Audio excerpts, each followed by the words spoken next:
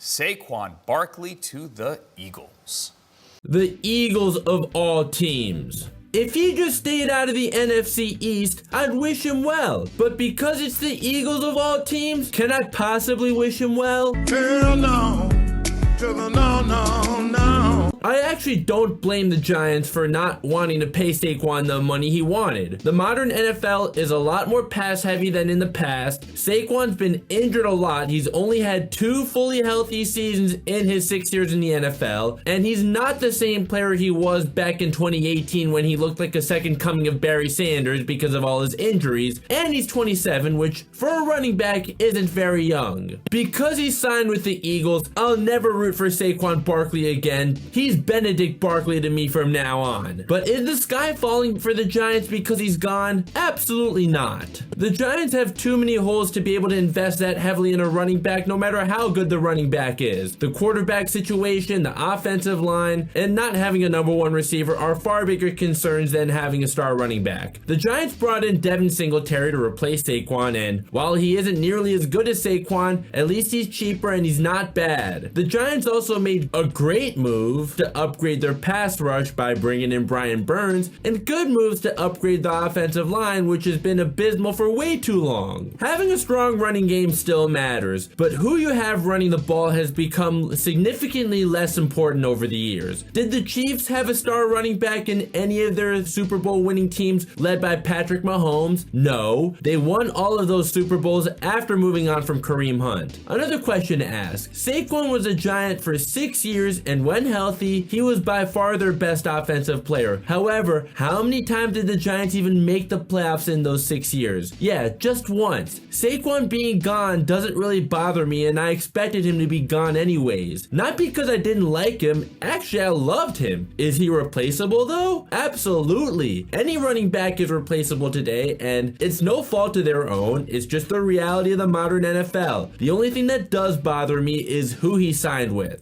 Now, as much as I hate to see him in an Eagles uniform, this is actually quite a big risk for the Eagles. The Eagles are paying him $37.75 million for the next 3 years with $26 million guaranteed and an extra $9 million in incentives. The best offer the Giants ever gave him was also $13 million per year, but $23 million of that was guaranteed as opposed to the $26 million that he's guaranteed now. Good for him to get his money, but he's still the enemy. Joe Shane didn't want to take the risk of paying him with his injury history and the decline of the running back's value in today's NFL. I don't blame him. The Giants went with the cheaper option in Devin Singletary at running back. He will never duplicate what Saquon can do when he's at his best. That's okay though. I'd rather the Giants invest a lot more in the offensive line, which they did, which we'll talk about soon, and at wide receiver. As long as the offensive line is competent, which the Giants offensive line hasn't been in such a long time, who's running the ball really won't matter so much. I believe the Giants did a really good job improving their offensive line by getting Jermaine Eluemunor from the Raiders. He's certainly an upgrade from Evan Neal. He may not be as big as Evan Neal, but he's way more durable and powerful, and he's a guy who can play 4 positions. I expect Eluemunor to play right tackle with Evan Neal moving to guard. I wanted to give Evan Neal another chance after his horrible rookie season, but after year 2 of still not being any good, he needs to be moved to guard. He's just not capable of playing tackle at the NFL level. Even if he does prove me wrong just right now, the Giants really cannot bank on Evan Neal taking a year 3 jump since he couldn't do it in year 2. The Giants also got Eluemunor very cheap for just $14 million over the next 2 seasons. Not only did the Giants acquire Jermaine Eluemunor, they also brought in John Runyan from the Packers to address the interior line, since that's been the biggest weakness in the Giants offensive line. He was signed for 3 years, $30 million with $17 million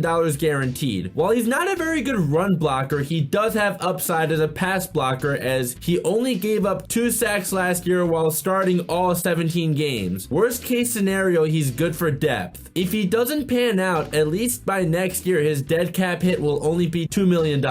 I still wouldn't say the offensive line is amazing, but Eluemunor and Runyan definitely make it better than it was last year. I'm also expecting a quarterback to be drafted this year. I don't know know if it'll be in the first round, since the top 3, maybe 4 quarterbacks of this draft class could be drafted ahead of the Giants. It doesn't mean the Giants can't draft a quarterback in a later round, which they absolutely should do in my opinion if they do what I'm expecting them to do with their 6th overall pick, to draft Malik Neighbors, who I'd absolutely be very excited to have as a number 1 receiver. Something the Giants have not had since Odell Beckham Jr. I tried my best to defend Daniel Jones, and I still want him to succeed with the Giants. However, coming off a torn ACL and having had neck and hamstring injuries before, plus his backups outplaying him last year with the same bad offensive line and without a number 1 receiver, I can't defend him anymore. I still expect him to be the week 1 starting quarterback this upcoming season because he'll cost $69 million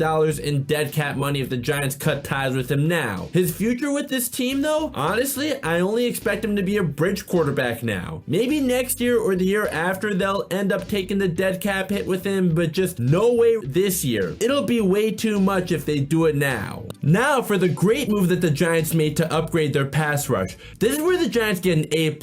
Brian Burns from the Panthers for a 2nd and 5th round pick. The Giants were just 20th in pressures, 23rd in QB knockdowns, and 28th in sacks. Add Burns on the opposite side of Kayvon Thibodeau, this pass rush just got so much better just like that. Last season, Burns had more sacks than any Giant not named Kayvon Thibodeau with 8 and had 12.5 in 2022. Dexter Lawrence is the only Giant who had more quarterback hits than Burns last year with 21, while Burns had 18. Burns had 22 quarterback hits in 2022. Upgrading their pass rush should be able to cover for what the Giants lost in their secondary with Xavier McKinney going to the Packers. The Giants immediately extended Burns to a 5-year, $150 million deal, and he's still only about to be 26 years old. The Giants gave up the 26th most points last season, but I don't think that tells the whole story. Their defense was horrible against the Cowboys in both matchups, but weeks 11 through 18, they only gave up over 30 points once. Deonte Banks and Bobby Okereke got off to slow starts, but played much better as the season progressed. They were 2 great additions that Joe Schoen made to the defense last year, and now there's this year's great addition with Brian Burns. So Benedict Barkley going to the Eagles certainly leaves a bad taste in my mouth. I'm sure I'm not alone on that, but it's not even remotely the end of the world for the Giants. Given his injury history and his position, this could very easily backfire on the Eagles. I don't wish any harm on Saquon as a person. I just won't ever root for him on the field again. Knowing the value of the running back, especially one that's only had 2 fully healthy seasons in the 6 years he's been in the league, I don't think it'll kill the Giants one bit for Saquon Barkley to be gone. Losing Xavier McKinney was a tough loss too.